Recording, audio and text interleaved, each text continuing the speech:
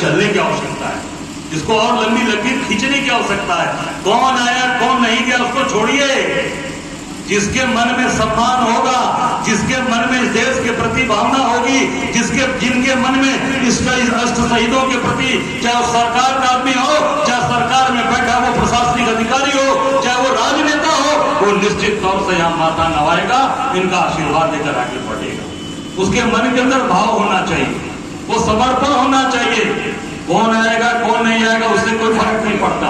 इसलिए ये देश को आजाद कराने के लिए, इस देश के लिए अपनी कुर्बानी देने के लिए अपना सब कुछ न्यौछावर कर दिया।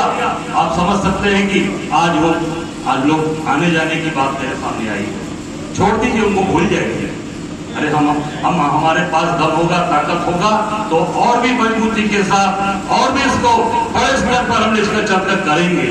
किसी की दया और कृपा पर चीजें नहीं चलेंगी, क्योंकि आप सब लोग मजबूती वाले परिवार के लोग हैं। कोई मऊ से चल के आया है, कोई बनारस से चल के आया, दूर दूर से लोग चल के आए हैं। जिस परिवार के लोग हैं, जहाँ पर भी डॉक्टर साहब आए थे मऊ के, उन्होंने कहा कि मैं यही रहकर पढ़ा हूँ। आज वो भी है, तो एक भाव होना चाहिए, एक भाव बनता है। आज हम लोग भी 17 तारीख को छोड़कर 18 को यहाँ आए तो एक मन में भाव है कि नहीं, अगर अपने शहीदों को और अपने बहादुर लोगों को अगर नमन नहीं किया तो ये अपने और अपने समाज और देश के साथ भी अन्याय होगा, हम न्याय नहीं कर पा रहे। आप बड़ी बड़ी बात बोलिए, केवल कहते रहिए, दोहरा चरित्र अपनाते रहिए।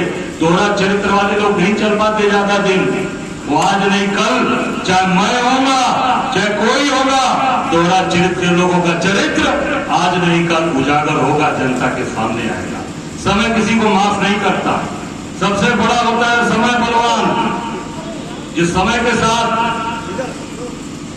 जो मजबूती के साथ अपने आप को लेके चलेगा वही आगे जाएगा, और जो दोहरा चरित्र बनाकर कहीं पर पहुंच जाएगा, पर जनता और लोगों के बीच में उसकी असली चीजें, असली चरित्र हर व्यक्ति, हर आदमी जानने लगता है। किसी को बताने से, कहने से चीजें नहीं आती।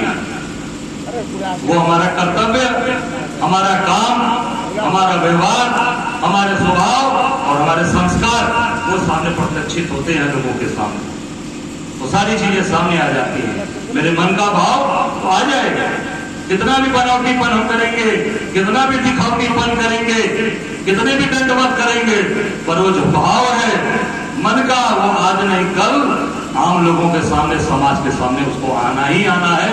कोई दुनिया की ताकत उसको रोक नहीं पाती।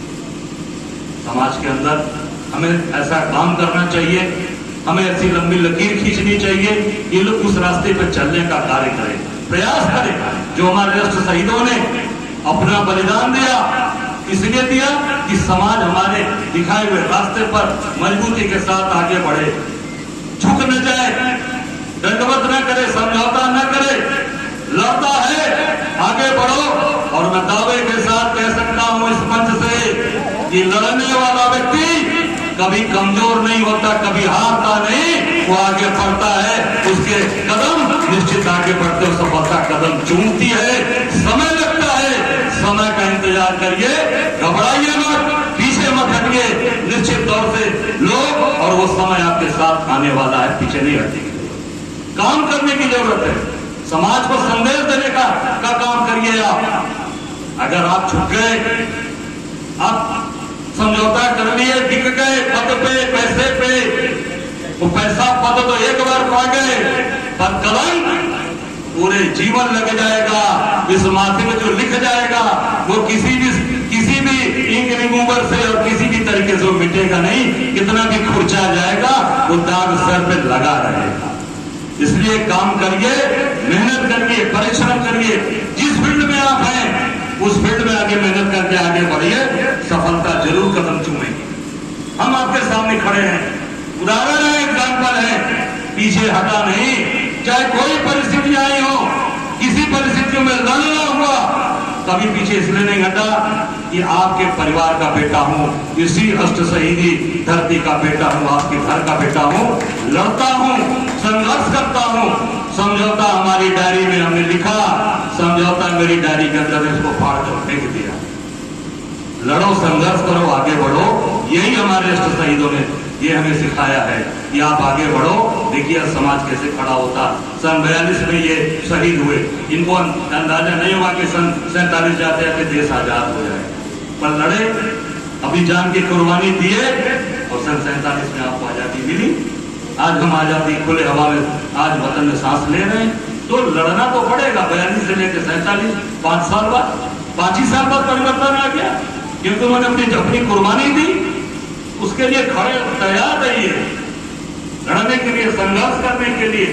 निश्चित तौर से चीजें आपकी होंगी। पीएम नहीं, पूरे हिंदुस्तान का अमल आपके दरवाजे पे खड़ा रहेगा, पूरी ताकत के साथ प्रदेश और देश खड़ा रहेगा। उतना जज्बा, उतनी ताकत रखिए कि अगर हम चाह जाएंगे कि हिंदुस्तान और प्रदेश की मुखिया को आना पड़ेगा, और नहीं तो हम आज निश्चित तौर से वो विद्रोह का बिगुल फूंक देंगे। तो हम सब लोग ताकतवर लोग हैं, ताकतवर जगह से आपको याद करते हैं लोग। आज दूर दूर से लोग, क्यों इतना पूरे देश के नाम है आपका। अभी हमारे साथियों ने कहा कि जब सबसे ज्यादा सैनिक यहाँ के लोग हैं, स्वाभाविक है, जहाँ के ज्यादा सैनिक होंगे लड़ेगा भी वही, शहीद भी वही होगा, नमन भी लोग उसको करेंगे। तो आज पूरे देश में चर्चा कहाँ है? गाजीपुर, पूर्वांचल में सबसे ज्यादा सैनिक सेना के लोग गाजीपुर के लोग हैं। गांव का गांव पूरा बसा है, गांवर से लेके सारे गांव उठाकर देखिए भरा पड़ा हुआ है, शेरपुर से लेके तमाम लोग ऐसे गांव के गांव भरे पड़े हैं, इसलिए कि वो बहादुरी का जज्बा है। सेना की वर्दी जो पहनता है इंसान, केवल नौकरी के नहीं करता कि 4 साल बाद घर आ जाएगा। वो जब सेना का जवान अपने शरीर पर वर्दी धारण करता है, तो वो इस देश की मिट्टी की रक्षा करने के लिए वर्दी पहनता है कि अगर हमारी जान भी जाएगी तो अपनी मातृभूमि के लिए हम समर्पित हो जाएंगे, इस मातृभूमि में मेरा नाम हो जाएगा। तो इस नाते इस शहर के लोग, इस जिले के लोग आज पूरे देश और दुनिया में जाने जाते हैं। ये हमारी पहचान है। हमें उस पर आगे बढ़कर अपनी जो मजबूत हमारी जो संस्कृति सभ्यता है, हमारी जो धरोहर है, उसको बचाने के लिए हम सबको और प्रयास करना है। हम सबको उसका आगे बढ़कर काम करना है।